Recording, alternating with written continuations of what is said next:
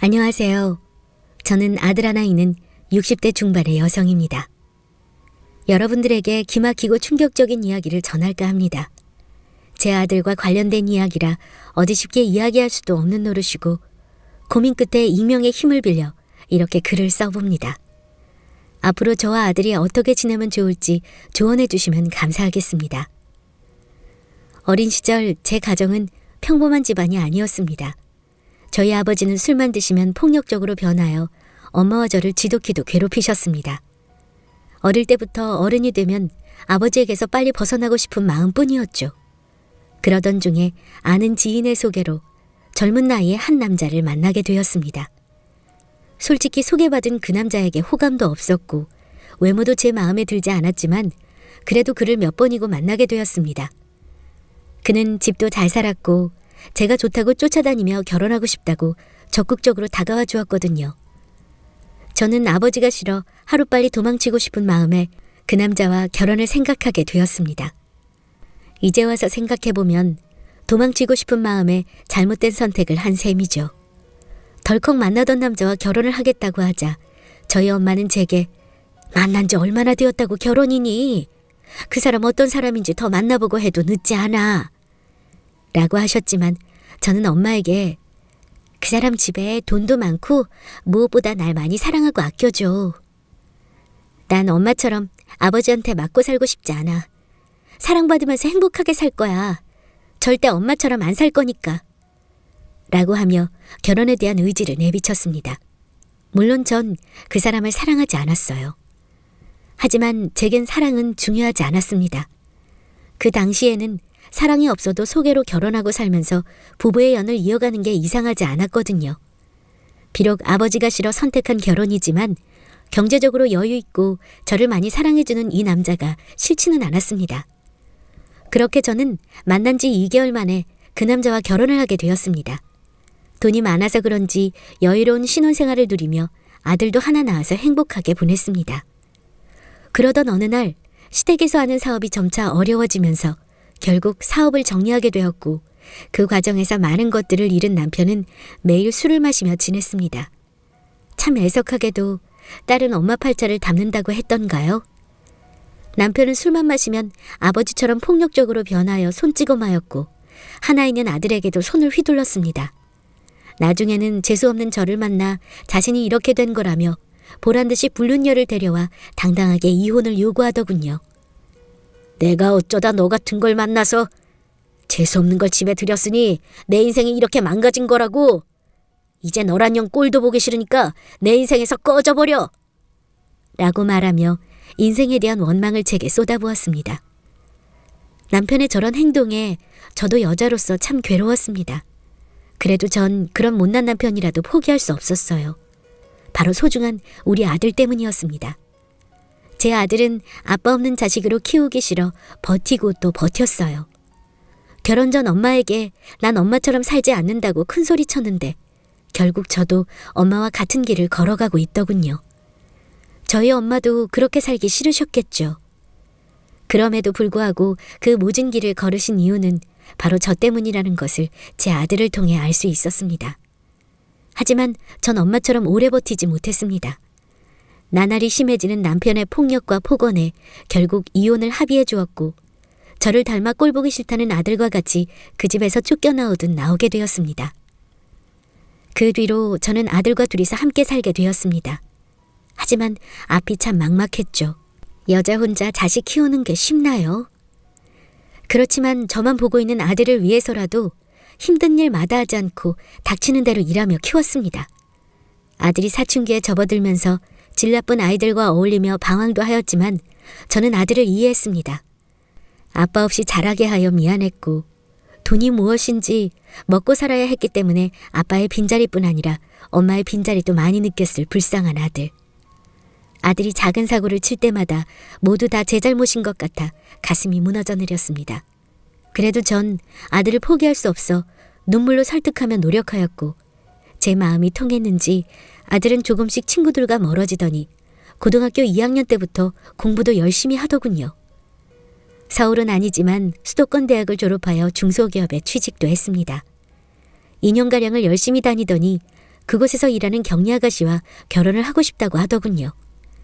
처음 우리 며느리가 인사 온 날이 아직도 생생합니다. 단정하게 차려입은 옷과 수수한 화장, 환하게 웃으며 인사하던 모습을요. 어머니, 처음 인사드립니다. 창호 씨 여자친구예요. 목소리도 어찌나 곱던지 저는 그런 며느리가 처음부터 참 마음에 들었습니다. 어서 와요. 오느라 힘들었죠? 배고플 텐데 얼른 들어와서 식사해요. 함께 식사를 마치고 과일을 먹으며 이야기를 할 때 우리 아들이 왜 좋은지 물어봤어요. 그러자 며느리는 어머니께서 홀로 창호 씨를 키우셨다고 들었어요. 창호 씨는 그런 어머니께 효도해야 한다며 참 성실하게 일하더라고요. 요즘 사람답지 않게 착하고 책임감 있는 모습이 좋았어요. 창호 씨의 가정사를 듣고 안쓰러워했던 적도 있었는데 그런 내색 없이 열심히 사는 모습이 멋지더라고요. 라고 웃으며 말하는데 주책맞게 며느리 앞에서 눈물을 보였습니다. 부모의 빈자리를 많이 느끼고 컸을 우리 아들에 대한 미안함과 또 그런 아들을 보듬어주는 며느리에게 고마워서요. 그렇게 전 얼굴만큼이나 고운 마음을 가진 며느리를 가족으로 받아들이기로 생각하였습니다. 결혼하기 며칠 전 아들을 불러 결혼 준비에 대해 이야기하던 중 아들에게 몇 가지 당부를 하였죠. 사실 아들이 어릴 때 이혼한 터라 아들은 왜 제가 남편과 이혼한 것인지 대략만 알고 있었고 좋은 일도 아니었기에 저도 말을 아꼈었습니다. 하지만 이제 다 커서 결혼을 하니 아들에게 이야기하며 당부를 해주고 싶었습니다. 우리 아들이 이제 다 커서 결혼을 하는구나. 엄마는 우리 아들이 잘 커줘서 너무나 고맙고 대견스러워. 그런데 아들, 그래도 엄마한테는 우리 아들이 늘 물가에 내놓은 아이 같아. 우리 아들을 믿지만 엄마가 좀 걱정이 되어서.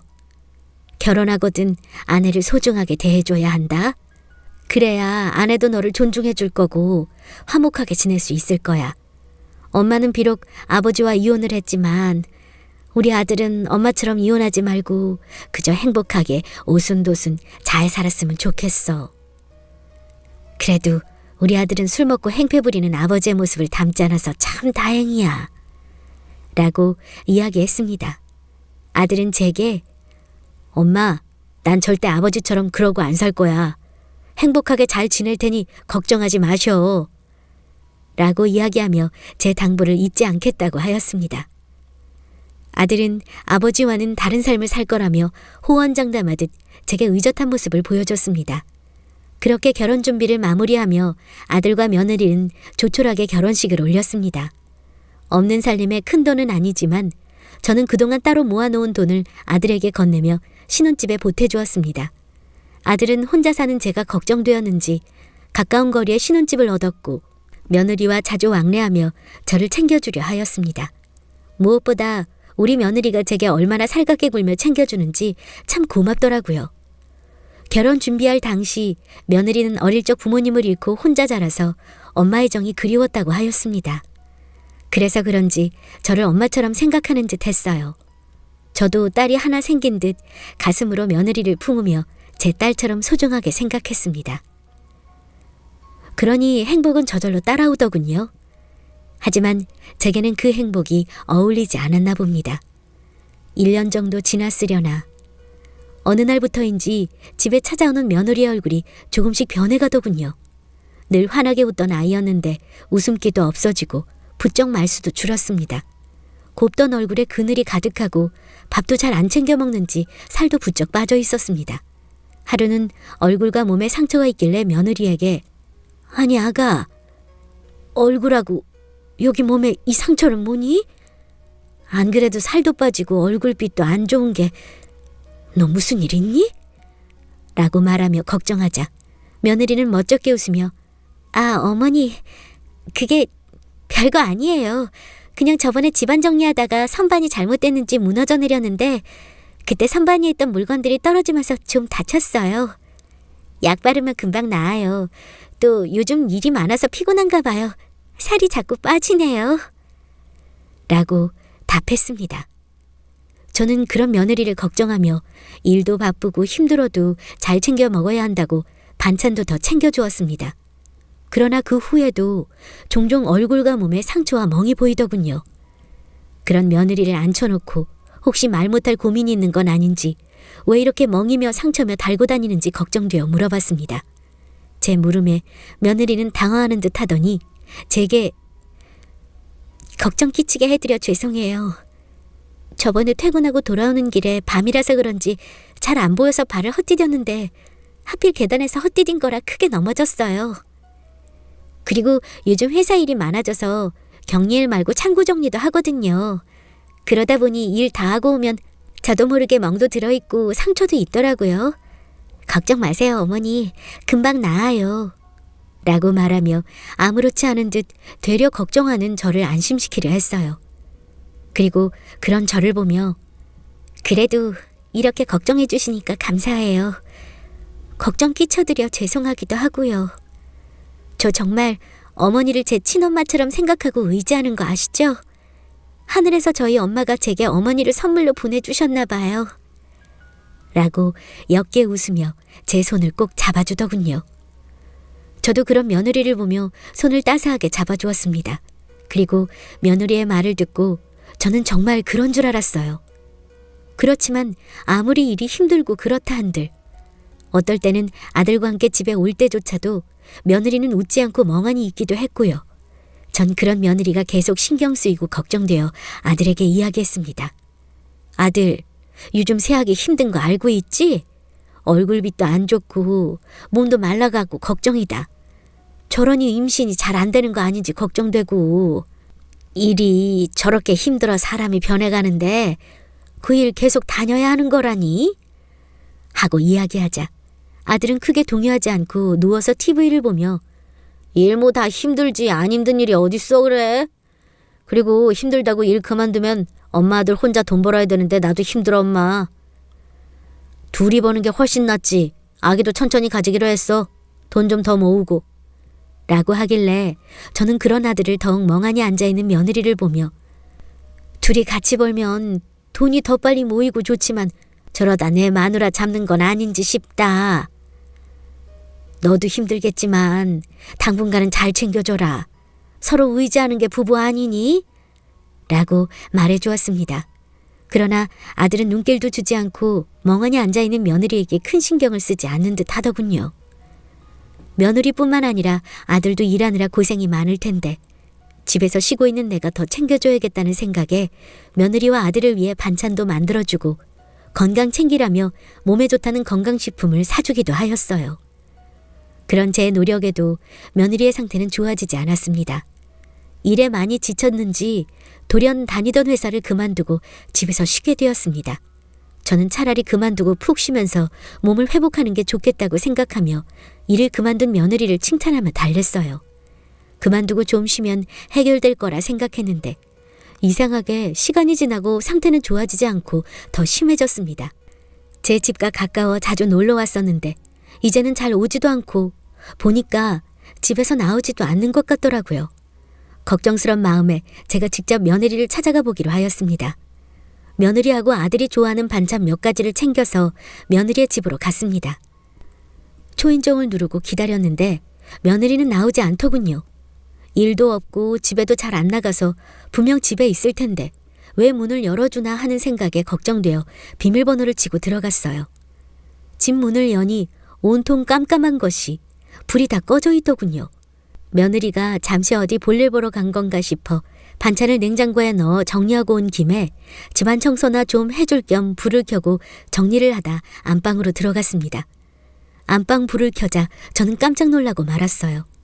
며느리는 안방 창밖을 보고 앉은 채로 멍하니 있었습니다. 제가 온 줄도 모르고요. 저는 며느리에게 다가가 이렇게 말했습니다. 아니, 집에 있으면서 문도 안 열어주고 불도 안 켜고 뭐하고 있는 거니? 라고 조심스레 묻자 며느리는 저를 쳐다보지도 않고 멍하니 창밖만 보고 있더라고요. 저는 그런 며느리가 점점 이상해져 가고 있다고 확신이 들기 시작했습니다. 어디 아픈 건가 싶어 몸 상태를 확인해봤지만 열이 있거나 하지는 않았어요. 더 말을 하지 않는 며느리를 보며 아들과 진지하게 이야기를 해봐야 할 것 같아 퇴근하고 집에 올 아들을 기다렸습니다. 그러다 며느리는 저를 보며 어머니, 저 괜찮으니 이만 집에 가보세요. 그이 오늘 야근이라 늦게 와요. 라고 말을 하더군요. 저는 그런 며느리의 갑작스런 말에 그러니?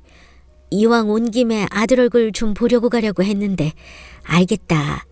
내가 너 좋아하는 반찬도 가져왔으니까 밥 꼭 챙겨 먹고 어디 아프면 약도 잊지 말고 챙겨 먹어야 한다. 나중에 와서 청소도 좀 도와줄게. 그럼 쉬렴? 하고 말하며 아들 집에서 나와야 했습니다. 이상하게 며느리가 처음으로 저를 불편해하고 빨리 갔으면 하는 눈치와 표정이었거든요. 안 그래도 힘들 텐데 제가 계속 있으면 편히 쉬지 못할 거라는 생각에 저는 며느리에게 저리 말하고 집으로 돌아와야만 했습니다. 그때 제가 며느리를 위한답시고 집에 돌아오지 않고 계속 옆에 있어줬다면 저는 아마 며느리를 지킬 수 있었을까요?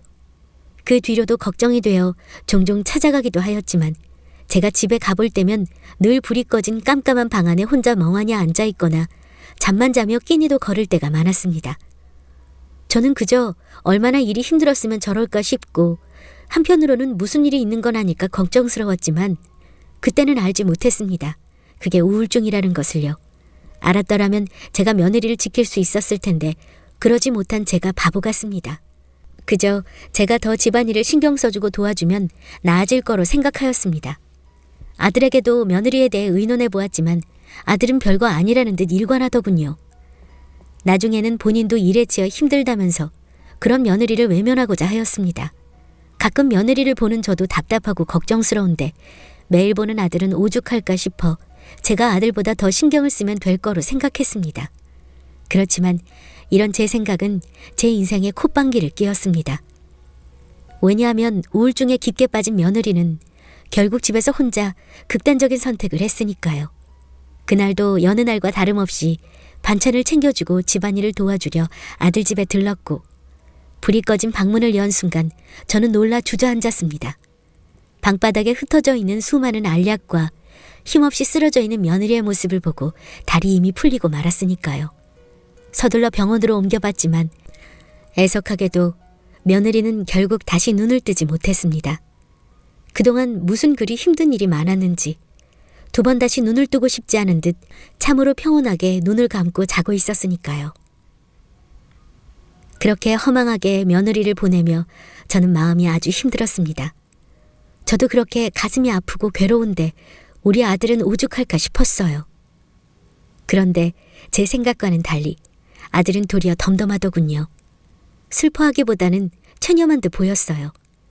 전 슬픔을 토해내지 못하는 그런 아들의 모습이 더 안쓰럽게 느껴졌습니다. 아들과 함께 며느리의 장례를 다 치르고 아들 집에 있는 며느리의 물건을 정리할 때 저는 생각했어요. 혹시라도 버티고 있는 아들이 힘겨울까 싶어 아들에게 제가 대신 며느리의 유품을 정리하겠다고 하였습니다. 너는 괜히 새아가 물건 보면 더 힘들 테니 엄마가 대강 정리하마. 너는 엄마 집에 가서 좀 쉬고 있으면 될 것 같구나. 라고 말하고 아들 집에 혼자 오게 되었습니다. 가장 먼저 무엇을 정리해야 할지 막막했지만 천천히 며느리의 물건을 살펴보았어요. 일만 하고 지내서 그런지 예쁜 옷 한 벌, 제대로 된 화장품 하나 없이 초라한 모습들만 방 안을 감쌌습니다. 이 모습을 보니 아들 대신 제가 정리하는 것이 잘 됐다고 생각했어요. 이 모습을 아들이 본다면 아들은 수없이 자신을 원망할지도 모를 테니까요. 저는 가장 먼저 옷장 서랍에 있는 며느리의 옷을 하나씩 꺼내 정리했습니다. 옷가지들이 많이 없어서 금세 바닥을 보이더군요. 그런데 맨 밑에 깔린 옷 사이로 무언가 보이더군요. 꺼내어 보니 다이어리 같았는데 뭔가 싶어 열어보니 며느리의 일기장이었습니다. 그날 그 다이어리를 보지 않았다면, 제가 유품을 정리하지 않았다면 지금 우리 아들과 전 달라졌을까요? 천천히 읽어내려간 며느리의 다이어리 속 일기는 충격 그 자체였습니다. 그 일기 속에는 우리 아들에 관한 이야기가 적혀 있었어요. 어느 날부터 조금씩 술을 마시고 들어온 아들은 며느리에게 소리를 지르며 물건을 부수고 던졌으며 술에서 깨면 미안하다고 무릎을 꿇으며 사과를 했다고 합니다. 그러나 그것도 잠시, 다시 술을 마시고 들어오더니 전과 달리 더 폭력적인 모습을 보이게 되었고 다음날 정신이 들면 사과를 하며 그런 행동은 계속 반복되었다고요. 결국은 며느리에게 손찌검까지 하게 되었는데 나중에는 너 말고 다른 여자가 좋다며 자주 다니던 술집 여자와 눈이 맞아 며느리 앞에서 당당히 내연녀를 보여주기도 했답니다. 하필 하늘도 무심하시지. 그때 우리 며느리는 임신 초기라는 것을 알게 되었고 자신의 아이에게 아빠 없는 슬픔을 주고 싶지 않아 아들에게 매달리며 가정을 지키려 노력을 하였더군요. 애절한 며느리의 마음을 몰라주고 아들은 되려 그런 며느리가 지겹다며 술을 먹고 손찌검까지 하며 난동을 부리다 그 바람에 며느리가 다치게 되었고 초기 때 스트레스를 크게 받아 결국 아이까지 유산됐고요. 일기장 중간중간에도 아들은 술을 먹고 며느리에게 이혼을 요구하였고 며느리가 이혼은 안 된다며 버티자 이혼 안 해주면 죽여버릴 거라며 며느리를 더 괴롭혔다고 합니다. 그만큼 내연녀에게 푹 빠져 있었다고 적혀 있었습니다. 전 그 일기장을 보고 큰 충격에 빠져 한동안 멍하니 일기장을 보며 앉아 있었습니다. 그리고 시간이 지나면서 차츰 손이 덜덜 떨리고 소름이 돋았어요. 그동안 정말 내 아들이 며느리에게 이런 못된 짓을 한 것인지 믿기지 않았고 지난 시간이 혼란스러웠습니다. 그리고 내 아들이지만 왜 난 아들이 이런 모습을 알지 못했을까? 며느리와 아들은 왜 내게 모든 것을 감추고 내 눈과 귀를 먹게 했을까? 내 아들이 내게 두 얼굴이었다는 생각에 소름이 확 끼쳤습니다. 전 정신을 가다듬고 며느리의 다이어리를 챙겨 집에서 쉬고 있는 아들에게 달려갔습니다. 그리고 아들 앞에 며느리의 일기장을 보여주며 사실인지 물었죠. 너 새아기가 쓴 일기장 속 이야기가 정말 사실이니? 라고 물었고 아들은 일기장을 넘겨보며 읽고 보더니 짜증 섞인 목소리로 낮게 아이씨 라고 읊조리더군요. 전 그런 아들의 태도를 통해 일기장 속 이야기가 사실이라는 것을 알게 되었고 순간 아들에 대한 실망감과 분노가 섞여 처음으로 아들의 뺨을 때렸습니다. 내가 어떻게 이런 짐승만도 못한 짓을 할 수가 있니? 착하기만 한 줄 알았던 내 아들이 어떻게 이럴 수가 있냔 말이야. 내가 내 아버지한테 어떤 대접을 받고 살았는데 아버지 자식 아니랄까봐 좋은 것도 아닌 것을 닮아서 이럴 수가 있냔 말이야. 난 그것도 모르고 그 불쌍한 것을 그렇게 허망하게 가게 했잖니. 이 말은 제가 어쩌면 좋을꼬. 라고 말하며 주저앉아 목 놓아 울었습니다. 그리고 조금 진정되었을 때 아들을 경찰에 신고했습니다. 정신이 들고 마음이 차분해지자 며느리가 스스로 목숨을 끊었을지 의심스러웠고 설사 스스로 목숨을 끊었다고 할지라도 홀로 죽음을 맞이하게 내몰아간 것은 제 아들이니까요. 또 며느리 뱃속에 있는 아이까지 떠나게 한 아들이 사람처럼 보이지 않았습니다. 전 며느리가 써놓은 다이어리 속 일기를 증거로 경찰에게 다시 수사해달라고 요청했어요. 전 그동안 제 아들이 성실하고 그저 착한 아이일 거라고 생각한 바보 천치였습니다. 남편 복은 없어도 자식 복은 있다고 생각하며 잘 자라준 아들을 대견스러워하였는데 그게 전부 거짓이었다니요. 외할아버지와 아버지의 모습을 똑같이 빼닮은 아들이 그저 원망스러웠습니다. 그리고 그 모진 시간을 견뎌낸 며느리가 같은 여자로서 불쌍하게만 느껴졌습니다. 바보같이 미련하게 살지 말고 내게 도움을 요청하지. 아니면 도망이라도 가서 더 나은 인생을 살았어야지. 그 모든 시간을 다 견디며 제게 내색조차 없었던 며느리가 많이 보고 싶었습니다. 어쩌면 그동안 며느리는 제게 여러 번의 도움을 요청하였는지도 모릅니다. 제가 그런 며느리를 외면한 거라 생각하니 스스로가 참 용서가 안 되는군요. 그렇게 한없이 착하고 애처로운 아이를 더 살펴보고 신경 썼더라면 이런 일이 오지 않았을 터라는 죄책감이 듭니다. 이런 제 마음을 하늘이 알았는지 결국 힘들다는 며느리에 관한 재수사가 시작되었고 아들은 어떻게 자식을 의심하고 신고할 수 있냐며 저를 원망하더군요. 엄마라는 사람이 어떻게 나를 의심해? 내가 술 먹고 좀 때렸다고 날 살인범으로 생각하는 거야? 인생 살기 싫어 지가 자살한 것을 왜 내 탓을 하느냐고? 라고 제게 악을 쓰는 아들. 수사를 제대로 해봐야 알겠지만 만약 아들이 그런 짓을 한 게 아니더라도 전 아들을 신고한 것에 후회는 없습니다. 사람을 꼭 죽여야만 잘못한 게 아니잖아요. 한 사람을 죽음의 길로 떠민 것도 잘못 아니겠습니까? 저도 앞으로 평생을 며느리에게 속죄하며 살겠지만 못난 아들도 제 마음을 이어받아 죄를 뉘우쳤으면 좋겠습니다. 여러분들이 보시기에는 자식을 신고한 어미가 어디 있느냐고 비난하실지 몰라도 제 자식이기 때문에 한없이 못났어도 제 자식이기 때문에 어미로서 잘못한 것은 바로잡아주고 싶었습니다. 못난 아들을 대신하여 며느리에게 머리를 조아리며 죄를 빌면서 수사 결과를 기다렸습니다.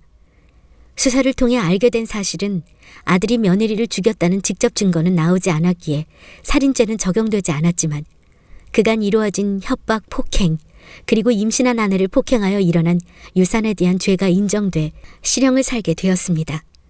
초범인 것을 고려하여 오랜 시간을 교도소에서 지내는 건 아니지만 그래도 아들이 자신의 죄를 뉘우치고 죄값을 다 치르고 나오게 된다고 하니 한편으로는 마음이 아프지만 이 기회로 다시 새 사람으로 태어났으면 좋겠습니다. 아들은 여전히 저를 원망하며 제 면회를 거부하고 있습니다. 그래도 예전처럼 제가 계속 아들을 설득하고 보듬어준다면 이런 제 마음을 알고 아들도 깊이 반성하지 않을까 생각됩니다. 여러분, 어쩌면 제가 더 현명하게 아들을 다시 가르칠 수 있을지 조언 좀 해주세요. 긴 글 들어주셔서 감사합니다.